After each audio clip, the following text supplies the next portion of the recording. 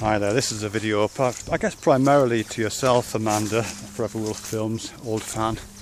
But I'm guessing that other people who are interested in antinatalism, ephilism, those questions to do with red button may also be interested in this. Okay.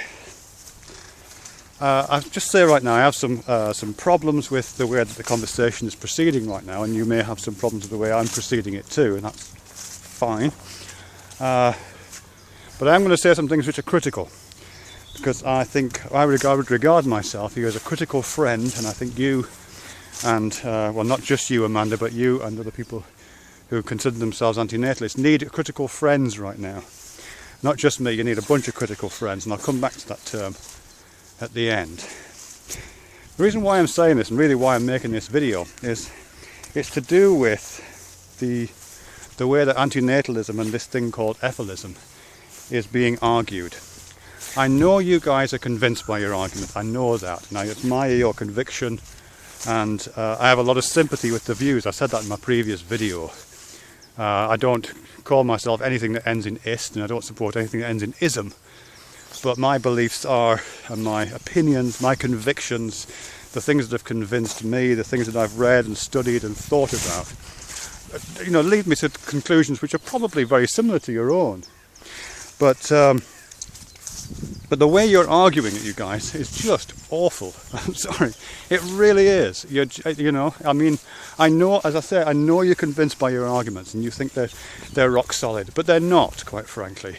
A lot of what passes for argument amongst the antinatalists, I don't want to group you together too much, but a lot of what passes for antinatalist argumentation isn't argumentation. I'm sorry, it isn't. It's rhetoric.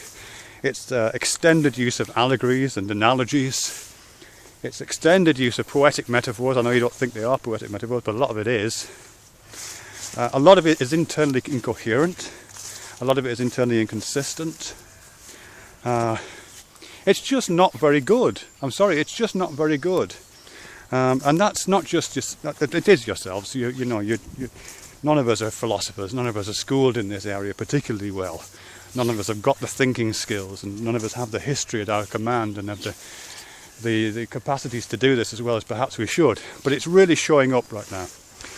And even the best of us, even the David Benatar book, which is rapidly becoming a kind of Bible, is itself, it's well argued, the case is made, but even that relies on not very strong philosophical strategies. I mean, it's not wrong, it just isn't a very strong set of arguments. And as I say, I don't know that much about philosophy, but even I can see that it's relying on fairly weak premises. So basically it's just not very strong argumentation. Now that's fine, I have no problem with people arguing the toss about various things, learning through doing, getting arguments together, finding ways to refute one another. We're all here to learn, we're all trying to better ourselves, we're all trying to get a bit closer and approximation to the truth in our heads. We're all doing that, and that's laudable.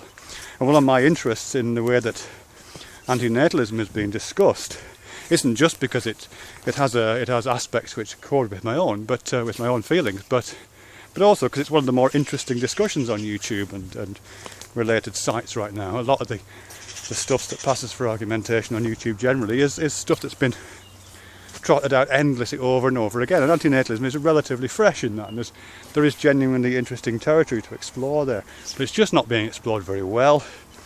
It's being territorialised in a really unfortunate way. There's a lot of protectionism around it. It's just not, the calibre of the argument just isn't very good. I'm sorry, it really isn't. And I know that some of you hearing this, Amanda, maybe you, but other people certainly, will possibly be offended by that, and who knows, you may even be inspired to fire back some kind of volley. But if you can try and resist the temptation and take this, as I say, as the words of a critical friend, I think you would be well advised, personally.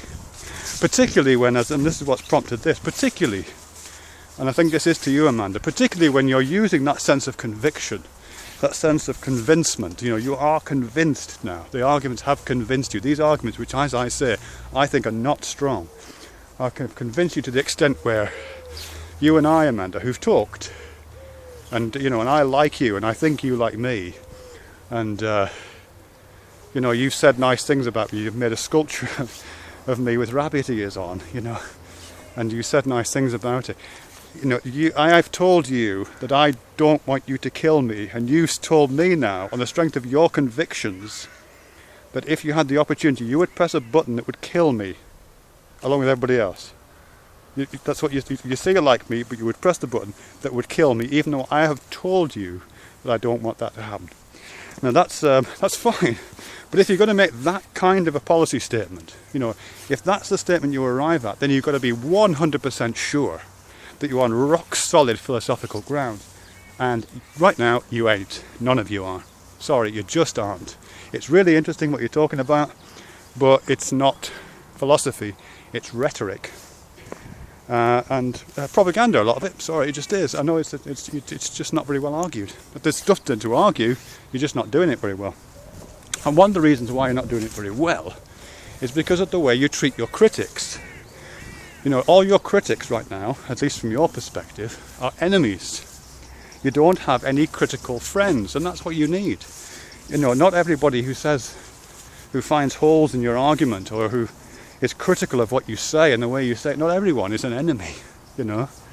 You need people to help you find those, to find better ways of arguing your case, to point out the flaws in the arguments that you've got.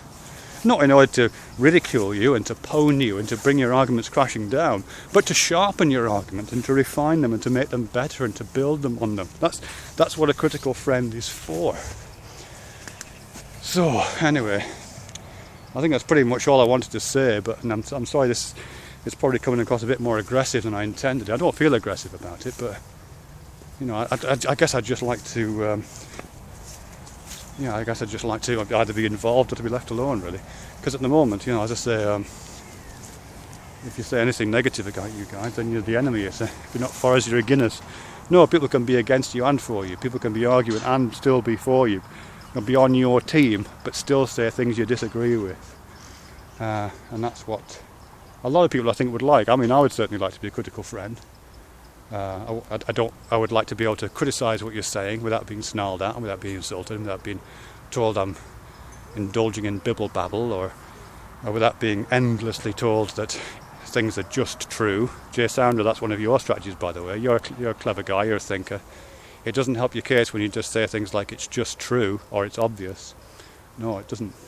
You've got to get past that. So yeah, I would like to be a critical friend. I know other people would too. I think Professor Anton would like to be a critical friend. He doesn't always say things as clearly as he might, neither do I. In which case you can ask him what he means and see if he can get to the bottom of it.